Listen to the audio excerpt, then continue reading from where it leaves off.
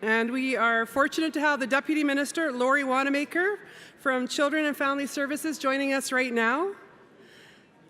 The ministry is currently developing a multi-year action plan that will support new investments in key service areas, including prevention and family preservation, permanency planning, system of care design, and youth transitions. Deputy Minister Wanamaker is here today to present on behalf of the ministry on what she has heard from each of your regional caucus sessions this fall, and to seek further advice as the ministry begins planning for the year ahead. So immediately following her presentation, we are going to open the floor for the leadership strategy session. So it's my great delight to invite Deputy Minister Wanamaker to the podium.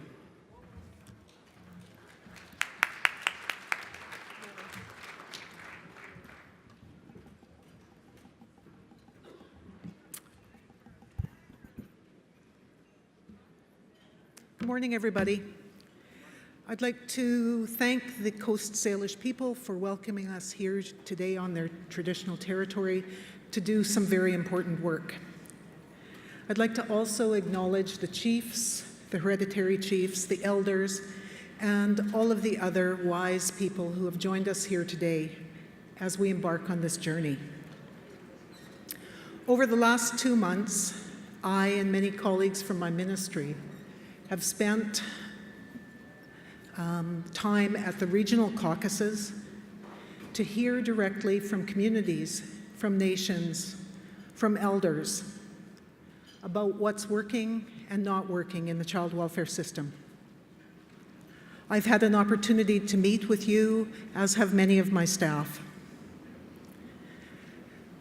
I want to assure you, because I've heard this in every session, that it is our intention to work with communities and nations, that we know that the wisdom that we need in order to repair the child welfare system or build a new child welfare system resides in your communities. This is the first round of engagements.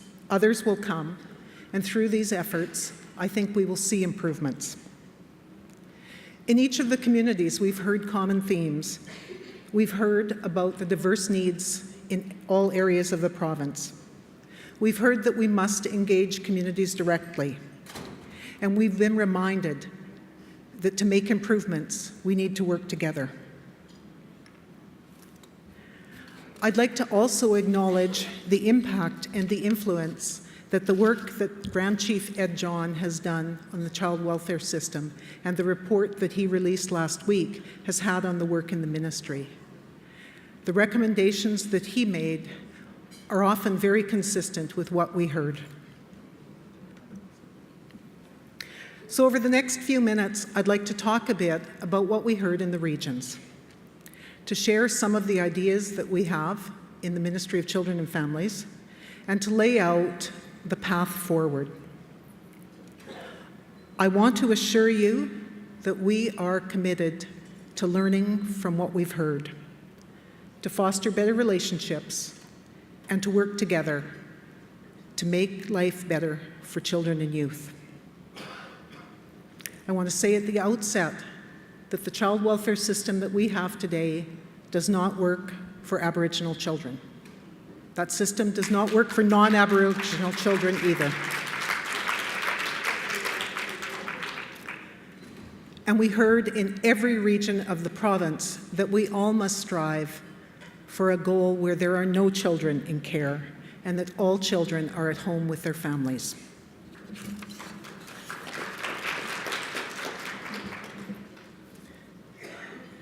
So cultural competency and safety was one of the biggest themes that we heard in the regional presentations. We heard that the employees in the Ministry of Children and Families and all of our service delivery providers need to be given cultural training. That the training would be enhanced by involving community members, such as elders and leaders. That the training needs to provide employees with a realistic idea of community issues and needs, and that training should not be provided through an online class, that it needs to be provided face-to-face, in person. We heard that those individuals and service providers delivering service to Aboriginal children and families need to work through a trauma-informed lens, that a deep understanding of intergenerational trauma is essential to good practice. Some of the recommendations were about how to engage youth in culture, how to employ culture camps and homecomings in order for children to have a connection to their community. And that we needed to work at the community level to ensure that we understood the unique needs and desires of each community. Some of that input confirmed the strategic priorities that we anticipated. It also gives us much to work on. For instance, the input on this theme confirms our focus on strengthening and revitalizing mutually respectful relationships, in understanding unique culture, traditions, and needs for each community, on establishing and re-establishing connections between Aboriginal communities, nations, and children and youth in care, and on ensuring that our practice is culturally safe. Some of our current initiatives in this area will help build that. We have adopted an Aboriginal policy and program framework.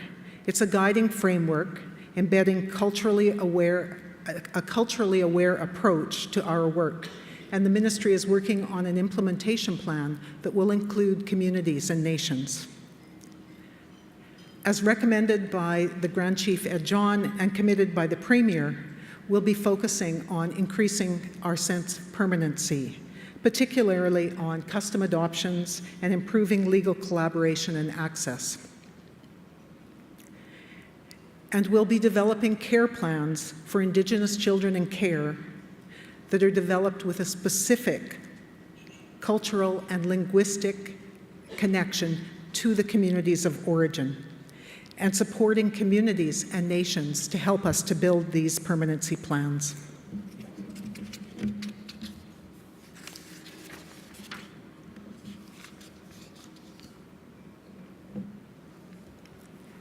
We're also seeking to engage individual nations in discussions about a new child welfare framework. We're working to explore the principles and approaches that will effectively address a better system that works at the community level. There's a tripartite table that is meeting now with representatives of the First Nations Leadership Council. Cookpee Judy Wilson, Chief Maureen Chapman, and Cheryl Casimir are all at that table. And we're looking at ways in which we can make systemic change to support community-driven, nation-based solutions. The question of jurisdictional transfer, shared decision-making, was a primary focus of conversations that we had in the regional forums. And it's our intention to continue to explore ways in which we can move forward on this agenda. At the provincial level, we're working to identify best practices coming from the Child, Family and Community Services Act, as well as models from other jurisdictions. And it certainly looks like the United States has one of those models, which we'll want to look at closely.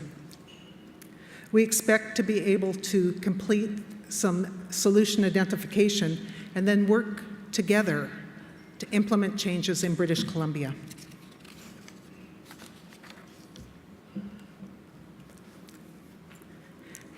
The last speaker talked about the impact of intergenerational trauma and healing.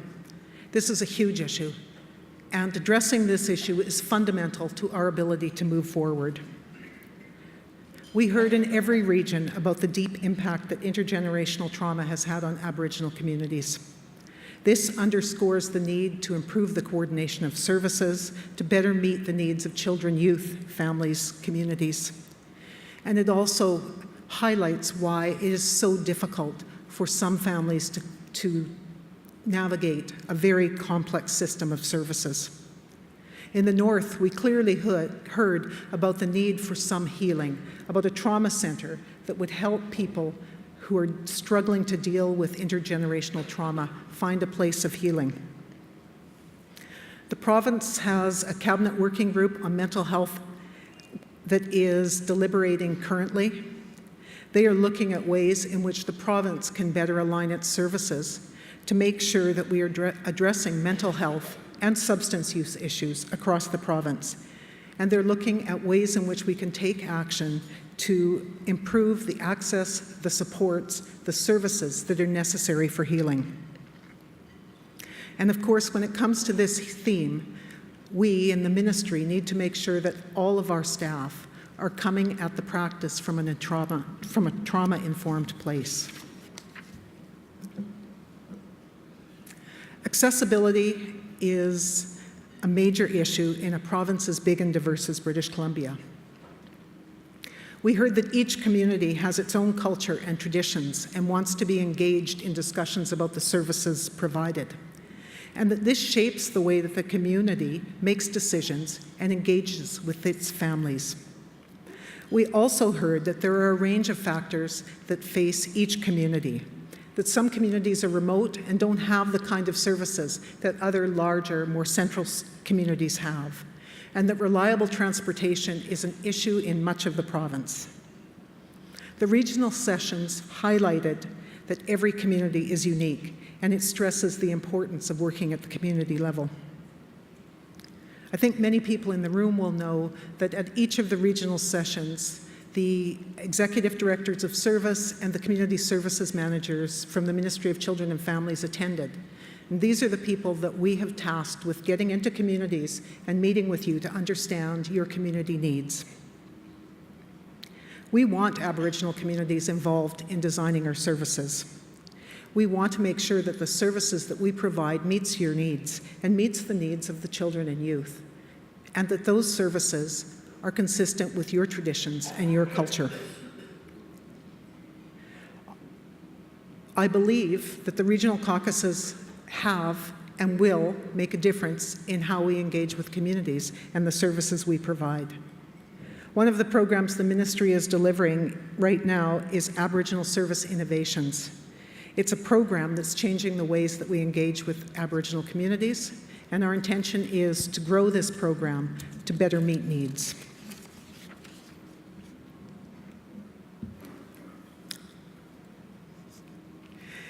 In each of the sessions, we were reminded of the importance of respect and partnership. We continue to look at ways to improve communications, to build connections, and to work to strengthen and revitalize our relationships. We're exploring culturally appropriate processes for dispute resolution and permanency planning, like custom adoptions, like cultural planning. We're working to build stronger relationships at the local level. Local managers and executive directors have been tasked to going to communities and meeting with the chiefs, the councils, the service providers, the families. Sometimes this might be for the first time. We know that in order to achieve better outcomes, we have to have a better relationship. And we need to take the good practice that happens throughout the province and build upon it. This spring, the Ministry of Children and Families, in conjunction with INAC, are hoping to host a conference, a practice conference, so that we can share best practices and bring together not just ministry employees, but community practitioners, so that we can all talk about what works and what doesn't work and build a stronger network of services. We need to learn from each other. There's good in all systems, and we need to grow it together. And of course, the issue of funding was raised at every session. Communities asked us, where does the money come from? How is it spent? Where is it being distributed? And we heard that funding needs to be based on need and focused on family preservation and not on apprehension-based services. We recognize that there is a need to invest in new initiatives to create better social and economic outcome for children and youth. And this includes investment to support strategic areas like equitable funding, mobility, caseload pressures, service sector pressures, program enhancements, pay and benefits, technology. In Budget 2016, the province appropriated an additional $217 million to the Ministry of Children and Family Development spread over 3 years. We received $60 million this year to deal with caseload pressures, and we're currently building our budget for next year. The input that we received from the regional forums, from the First Nations Health Council, from the First Nations Leadership Council, from Grand Chief Ed John, is helping us to do this work. It's really important that what we put forward to our Cabinet and our Treasury Board reflects the needs of the people. We're also working with the federal government. We're working with Indigenous and Northern Affairs Canada to make sure that the communities that receive services through British Columbia are receiving additional funding. We all know that prevention funding is critical to improving the services to children and youth and to making sure that we start the process upstream, that we don't wait until there's a crisis or a high-risk situation. We're working with the tripartite working group of the First Nations Leadership Council on issues around legislation and governance. And we're discussing the implementation of the Early Learning and Childcare Framework with the Government of Canada. This framework committed to spending $500 million nationally. We heard that the services should be focused on families as a priority, that communities, especially those in remote areas, experience a lack of family support workers who are able to come to the community to work directly with families, and that we need to turn that around. An idea brought forward at these sessions was the idea of safe homes. Some people called them halfway homes, where parents can come to develop parenting skills with support. The goal would be to strengthen and develop parenting skills so that parents are able to care for their own children. And this is a model that Stahelis uses to great effect. We heard how important it is for parents and family members to be involved with plans for the children and youth. And it's important that in all regions, the focus was on services that prevent problems, that aren't based on apprehension, that are based on support and holding up the family. We know that it's better to support children and youth and their families, that there's better outcomes for children if they are in their family and in their community. And we recognize that the foster care system is not the ideal. To stabilize the family, the ministry is exploring ways that we can provide additional supports to parents and families to care for their own children. This includes supports to children and youth who have special needs or mental health issues. We'll focus our efforts on family preservation and reunification. And we are also expanding our early years services to prevent child vulnerabilities and increase overall well-being. And this includes early screening, early diagnosis, and intensive intervention for children with higher needs.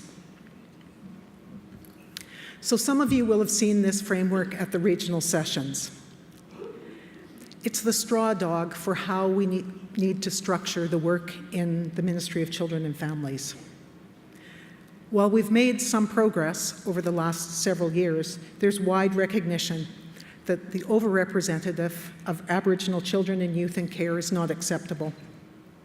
We face challenges for all children in care with respect to poorer outcomes, whether it's education, health, employment, life. And we face capacity challenges in the system. We recognize these challenges, and listening to all of the wisdom and experience that we've received from you, from Grand Chief Ed John, from others not in the room today, we are continuing to develop a new multi-year action plan that will guide improvements and investments in the child welfare system. So moving forward, we will continue to engage with the tripartite family and child working group, probably 3 years' work at least. We are preparing and planning to continue to attend and listen and learn from the First Nations Health Council caucus sessions as they occur. These sessions have been incredibly beneficial. It's given us an opportunity to meet many of you and to understand how we need to work with your communities. Our regional staff are following up with communities and engaging at the local level. We'll be working with you to understand your ideas around shared decision-making, jurisdiction, and governance. We're analyzing the funding that is invested in the system and looking to build joint solutions on how we can better invest the funding. We'll be engaging in developing new legislation around custom adoption, working with Indigenous leaders and communities to make sure that as we move forward, we build the right framework. And over the next few months, informed by the regional caucuses and by Grand Chief Ed John, we'll complete our budget planning and develop our multi-year action plan and table our service plan. It's a long road. In some ways, we're just at the beginning of that road. I believe, and I'm an optimist by nature, I believe that we have the will and the strength to persevere. So I look forward to working with all of you to make the improvements that you've talked about, that we've talked about in the regional forums. I thank you for your commitment, your hard work, and your willingness to keep at it. We'll be your partners. We'll work alongside you. Thank you very much.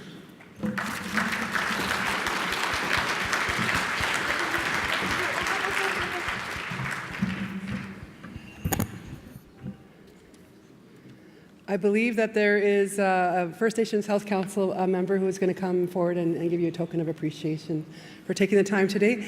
And I know you'll be present in the room for the next part, which we're about to get started, but I'm just going to call on. Thank you so much, Willie Charlie, on behalf of the First Nations Health Council for coming today.